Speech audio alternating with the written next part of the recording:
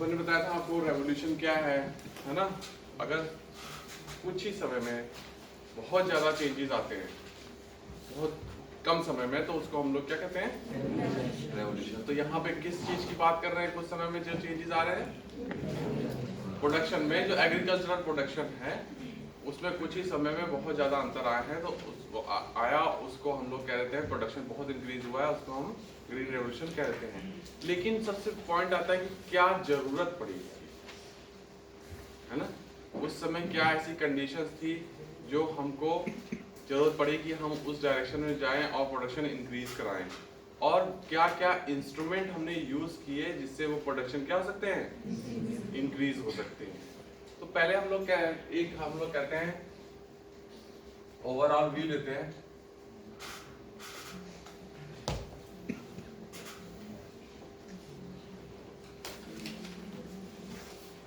है ना, एक वो थ्रेशोल्ड पॉइंट था 1965, थ्रेशोल्ड है क्योंकि उसी के बाद चेंजेस हम लोग लेके आए। तो वहां देखते हैं कि उस समय हमारी कंडीशन एग्रीकल्चर की क्या थी।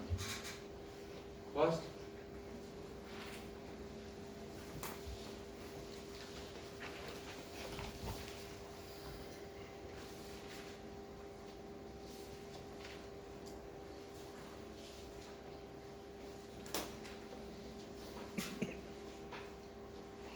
जो per capita availability food grains की थी, पर कैपिटा मतलब प्रति व्यक्ति, है ना, जो खाद्यान्न की उपलब्धता थी पर कैपिटा वो बहुत कम थी। जैसे हमारे उस समय लगभग था 390 ग्राम पर डे, है ना, पर पर्सन, पर कैपिटा यहाँ लिखा ही हुआ है।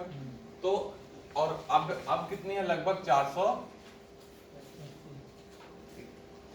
तो उस समय देखिए बहुत ज्यादा कम थी अवेलेबिलिटी, जो फूड ग्रेन्स की थी वो क्या थी, बहुत कम थी, यानी कि प्रोडक्शन कम था। किस हिसाब से, जिस हिसाब से पॉपुलेशन थी उस हिसाब से प्रोडक्शन क्या था, बहुत कम था। यानी कि अब इसका कॉन्सिक्वेंसेस क्या होगा,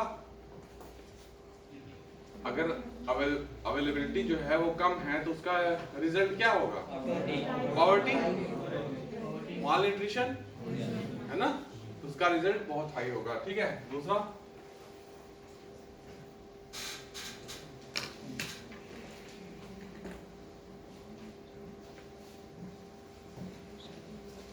प्रोडक्टिविटी क्या थी, बहुत कम थी, उत्पादकता। एक किसी ने पूछा था कि प्रोडक्टिविटी और प्रोडक्शन में क्या अंतर है ना, जो प्रोडक्टिविटी हो गई वो पर यूनिट मतलब पर हेक्टेयर लैंड में इतना प्रोड्यूस होता है, अब प्रोडक्शन क्या हो गया, पूरी जितनी जमीन है उससे प्रोडक्टिविटी से मल्टीप्लाई कर देंगे तो उतना टोटल प्रोडक्शन हो जाएगा। मतलब वो टोटल प्रोडक्शन की बात करता है, और प्रोडक्टिविटी क्या है, पर हेक्टेयर की बात करता है। प्रोडक्टिविटी आपको एफिशिएंसी बताएगा कि आप कितने एफिशिएंट हैं प्रोडक्शन कराने में। तो प्रोडक्टिविटी उस समय बहुत कम थी। फॉर एग्जांपल अगर हम वीट की बात करें उस समय, है ना, तो वीट की करीब थी 895, है ना, केजी पर हेक्टेयर। लेकिन अब कितनी है, लगभग अब लगभग अप्रोक्सीमेटली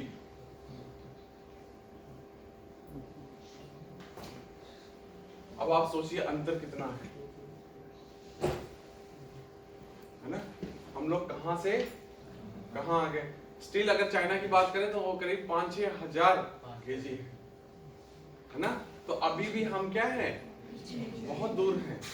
लेकिन यह है कि डायरेक्शन, हाँ, सही डायरेक्शन में हम लोग चलने लगे हैं। तो आप बताइए जब वीट इतनी प्रोडक्टिविटी कम होगी तो ऑटोमेटिकली प्रोडक्शन क्या होगा, कम होगा। ठीक है, राइस की अगर बात करें तो उस समय लगभग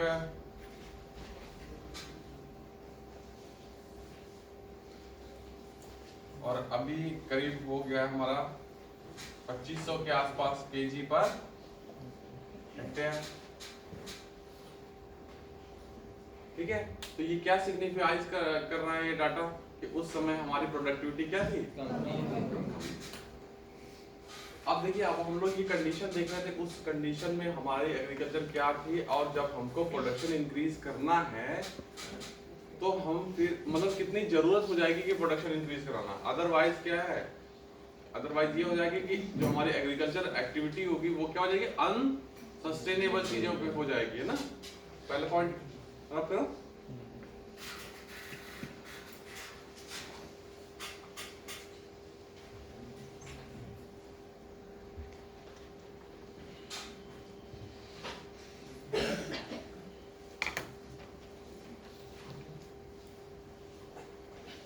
क्या हुआ था,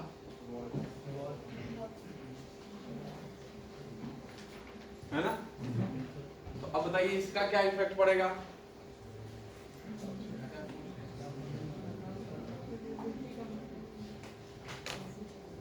एग्रीकल्चर पे इसका क्या इफेक्ट पड़ेगा। एग्रीकल्चर को छोड़ के इस पे ध्यान दें। Very good. क्या चीज डाइवर्ट होगा, रिसोर्सेज, है ना। जैसे मान लीजिए अगर हम वॉर होती है तो वहां पे हमको आर्म्स खरीदने के लिए, है ना, या अगर खरीद नहीं रहे हैं तो अगर हमारे पास प्रोडक्शन बेस है तो हम उसको प्रोड्यूस करा रहे हैं, तो रिसोर्सेज डाइवर्ट होंगे। तो रिसोर्सेज कहीं से और आएंगे तब वहां लगेंगे ना। तो हर जगह से आ रहे हैं, तो जहां पे अगर हमने मान लीजिए आर्म्स के लिए रिसोर्सेज वहां लगा दिए, तो वो रिसोर्सेज हम कहाँ लगा सकते थे, एग्रीकल्चर इन्वेस्टमेंट में लगा सकते थे, है ना। तो क्या हो गया, इनके कारण क्या हुआ,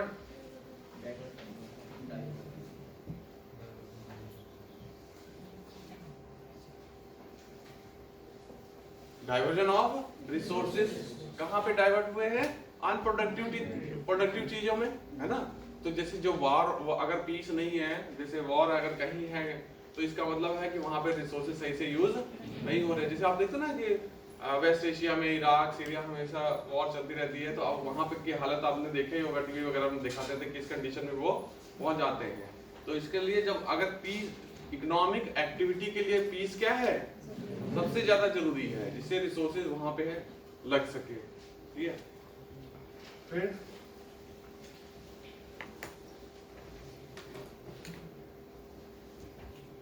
लगातार 2 साल क्या हुआ,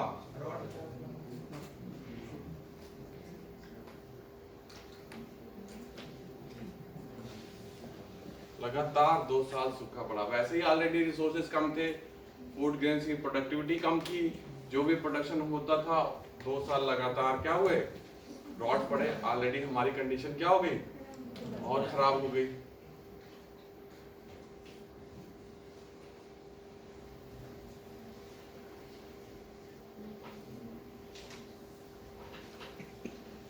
ओवर वैल्यूड करेंसी, जो हमारी करेंसी थी क्या थी, ओवर वैल्यू थी। अब इसका क्या इफेक्ट पड़ता है,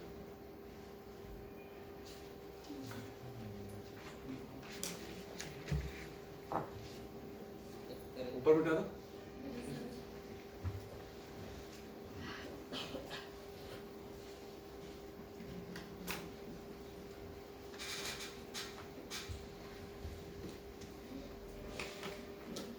देखिए मान लीजिए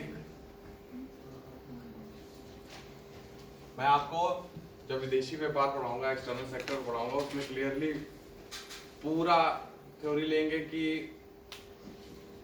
कब कहते हैं ओवर वैल्यूड, कब कहते हैं अंडर वैल्यूड, अप्रिसिएशन डिप्रिसिएशन क्या है, एक्सचेंज रेट करेंसी से कैसे डिसाइड करते हैं, और कौन सा बेनिफिशियल है, और एग्जैक्ट रियल क्या होता है और नॉमिनल क्या होता है। उसमें आप, मैं सिर्फ अभी आपको हिंट देना चाहता हूं जिससे आपको समझ में आ जाए, ठीक है।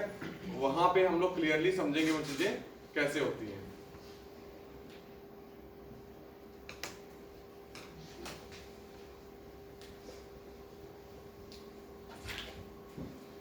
ओवर वैल्यूड और अंडर वैल्यूड। देखिए क्या हुआ कि जब पहले, है ना, जब 1973 के पहले, जब जैसे ब्रेटन वुड्स सिस्टम जो है कोलैप्स हुआ, उसमें हम देखेंगे क्या है ये सब, है ना। Exchange rate, fix exchange rate क्या होता है, फ्लेक्सिबल एक्सचेंज रेट क्या होता है। तो पहले क्या होता था ना कि पहले ये चीजें ऐसी होती थी कि जो करेंसी अगर मतलब अगर किसी की करेंसी मान लीजिए हमारी $1 और 60 रुपए और $1 65 हो गया, तो उसको क्या बोलेंगे, मतलब उसकी वैल्यू, रुपए की वैल्यू इंक्रीज हो रही है कि डिक्रीज हो रही है। डिक्रीज हो रही है ना। तो उसको ये समझा जाता था कि इंटरनेशनल मार्केट में कि इसकी इकोनॉमिक स्थिति कमजोर हो रही है। ऐसे देखिए, पहले 60 रुपए में $1 खरीदा जा सकता था, अब कितने में? तो हमको ज्यादा पैसा पे करना पड़ रहा है ना $1 खरीदने के लिए, तो हमारी कंडीशन क्या हो गई? खराब हो गई। मतलब तो जब हमारी जब इस तरह से इसको बोलते हैं डिप्रिसिएशन। बात समझ रहे? जैसे यहाँ पे जैसे मान लीजिए 60 पर डॉलर हो गया है ना, $1 हो गया मान लीजिए ना, और हमारा कहाँ हो गया 65 पर डॉलर हो गया। समझ रहे हैं? पर मतलब एक ही है। तो अब ये इस कंडीशन को क्या बोलेंगे?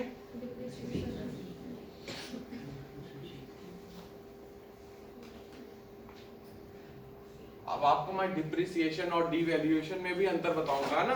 मतलब डिवैल्यूएशन खुद किया जाता है, डिप्रिसिएशन मार्केट कर देती है। समझ रहे हैं? तो वो मैं बताऊंगा कि क्यों किया जाता है उस कंडीशन को। डिप्रिसिएशन मतलब जब डिवैल्यूएशन कर रहे हैं तो क्यों कर रहे हैं? जानबूझ के अपनी करेंसी गिरा रहे हैं? ये तो सही बात नहीं है कि हम अपने आप को कमजोर दिखा रहे हैं। लेकिन आपने सुना होगा कि चाइना ने बहुत लंबे समय तक अपनी करेंसी को क्या कराया? डिवैल्यू किया था, है ना। तो वो क्यों करते हैं? जानबूझ के। ठीक है, तो अभी आप जाने जब ये कंडीशन आ जाएगी तो उसको बोलेंगे डिप्रिसिएशन, और जब उल्टा हो जाएगी तो अप्रिसिएशन हो जाएगा। ठीक है, तो अब देखिए क्या होता है। ओवर वैल्यूड मतलब होता है कि आपकी करेंसी जो है वो उस लायक नहीं थी। मतलब आपकी कायदे से होनी चाहिए 65, लेकिन आपने कर कितनी रखी है? 60। ओवर वैल्यूड है आपकी। मतलब जैसे कोई ये सामान है, ये सामान आना चाहिए 30 में, लेकिन बेच रहे हैं 60 में, तो क्या कहेंगे? ये ओवर वैल्यू कर रखे हो, है ना। तो ओवर वैल्यूड का मतलब क्या होता है कि आपका जितनी औकात थी उससे ज्यादा आपने उसको बढ़ा दिया है, उसका दाम। ठीक है, तो ओवर वैल्यूड उस समय था, है ना। तो ओवर वैल्यूड से क्या होता है कि आपको दिखती तो है स्ट्रॉन्ग, लेकिन एक्चुअली स्ट्रॉन्ग होती नहीं है। तो इस कंडीशन में क्या होता है? एक्सपोर्ट कम हो जाते हैं और इंपोर्ट ज्यादा हो जाते हैं। इस कंडीशन में कैसे? मान लीजिए इस कंडीशन को ले, मान लीजिए ये केस था, ये आपका 65 का होना चाहिए। ठीक है, तो 65 का। अब जैसे कि एक एक्सपोर्टर होगा, ठीक है, एक्सपोर्टर क्या किया, उसने ये लेके गया इंटरनेशनल, हमारा इंडिया का, हमने ये प्रोड्यूस किया पेन, लेके गए पेन, और अमेरिका में हमने सेल किया, और उसने हमको $1 दिया। हम लोग वापस आए और उस डॉलर को, $1 जो मिला उसको आरबीआई को दिया। तो आरबीआई ने हमको कितना पैसा दिया? अगर मान लीजिए यहाँ पे 65, तो मुझे कितना, मैं मान लो प्रोड्यूसर हो, तो मुझे कितना मिला? 65 रुपए। ठीक है, लेकिन हमने होना चाहिए ये, लेकिन हमने उसको ओवर वैल्यू कर रखा है। मतलब आरबीआई ने करेंसी को क्या कर दिया है? 60 कर रखा है। होना 65 था ये, लेकिन किया कितना है? 60, यानी कि ओवर वैल्यू कर रखा है। अब देखिए मेरे को क्या फर्क पड़ता है। एक्सपोर्टर, मैं एक्सपोर्टर हूं, मैंने ये पेन लिया, यूएस में जाके बेचा, है ना। यूएस ने मुझे $1 दिया, मैं वापस आया और आरबीआई को $1 दिया, और कितना लिया? 65। मिलना कितना चाहिए था? तो अगर ओवर वैल्यू कर दिया है तो एक्सपोर्टर का क्या हो जाएगा? क्लियर है? और जस्ट इसका रिवर्स हो जाएगा और इंपोर्टर को फायदा होगा। कैसे? मैं ये यूएस बनाता था, ठीक है, मैं यूएस के पास मैं गया, यूएस मैं जान रहा हूँ कि $1 का मिलेगा, मुझे ये चीजें लेनी है। तो मैं पहले 65 रुपए लेके गया आरबीआई के पास, आरबीआई ने मुझे $1 दिया, मैंने जाके उसको $1 दिया और ये पेन लिया, इंपोर्ट कर लिया। लेकिन अब मुझे क्या है, अब उसने ओवर वैल्यू कर रखी है, कितने की? 60 की। मैं 65 नहीं, मैं 60 लेके गया। मान 65 लेके गया आरबीआई के पास, आरबीआई का नहीं 5 रखे रहो अपने पास, 60 ही का है। 60 रुपए का $1 मुझे मिल गया, बाहर गया, उसको दिया और मैंने पेन ले लिया। तो मुझे 5 रुपए का क्या हो गया? फायदा हो गया ओवर वैल्यू से। तो जब ओवर वैल्यूड होती है तो एक्सपोर्टर को क्या हो जाता है? लॉस, और इंपोर्टर को क्वेश्चन आता है ऑब्जेक्टिव में कई बार, है ना, और अंडर वैल्यूड पे जस्ट इसका रिवर्स हो जाता है। क्या? एक्सपोर्टर का प्रॉफिट और इंपोर्टर का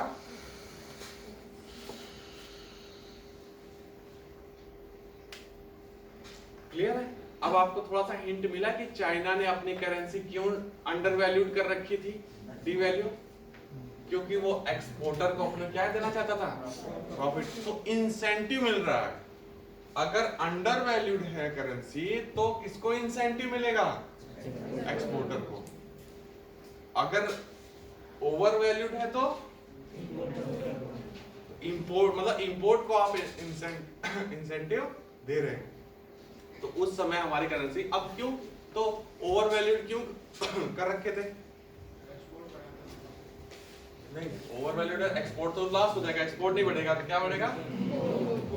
देखिए उस समय करेंसी के साथ एक नेशन की स्ट्रेंथ जुड़ी थी। मैंने कहा ना परसेप्शन, कि परसेप्शन कैसा कि अगर मतलब कि हम लोगों ने 65 होना चाहिए लेकिन 60 कर रखा है, तो इसका मतलब क्या है, हमने अपना बता रखा है कि हमारी करेंसी क्या है, मजबूत है। किसी कंट्री अगर वो ओवर वैल्यूड कर रखा है तो पहले ये होता था कि वो दिखाना है कि हमारी करेंसी क्या है, स्ट्रॉन्ग है। अगर डीवैल्यूएशन हो रहा है या डीवैल्यू हो रही है करेंसी, तो इंटरनेशनल मार्केट में क्या है, उसकी इमेज सही नहीं जाती थी। तो एक परसेप्शन, एक प्रेस्टीज अटैच होती थी किससे, एक्सचेंज रेट से, समझ रहे? लेकिन रियलिटी वो चीज नहीं होती थी। अब देखिए जैसे ओवर वैल्यूड है आपकी करेंसी, एक्सपोर्टर को लॉस हो रहा है, इंपोर्टर को प्रॉफिट हो, तो इंपोर्ट ज्यादा होने लगेगा, चीजों का बढ़ने लगेगा ना। लेकिन इंपोर्ट करने के लिए पैसा भी तो नहीं था, तो फिर हम लोग क्या कराएंगे, रिस्ट्रिक्शन लगाएंगे, समझ रहे? तो जैसे अब रियलिटी को तो बहुत ज्यादा रोक नहीं सकते, तो क्या होता था, ब्लैक मार्केटिंग, है ना, स्मगलिंग। तो उस समय की पिक्चरों में आप देखते थे ना कि स्मगलिंग बहुत ज्यादा हो रही है, तो वो यही दिखता था कि बाहर से जब पैसा आता था चीजें, तो उसमें प्रॉफिट बहुत ज्यादा हो जाता था। उसको कैसे रोका जाए, तो प्रॉब्लम क्या थी, क्या डायलेमा होता था, डायलेमा यह होता था कि करेंसी के साथ हमने एक्सचेंज रेट के साथ प्रेस्टीज जोड़ रखी है, लेकिन रियलिटी वो चीज है नहीं, तो फोर्स करके हम उन चीजों को क्या करते थे, रोकते थे।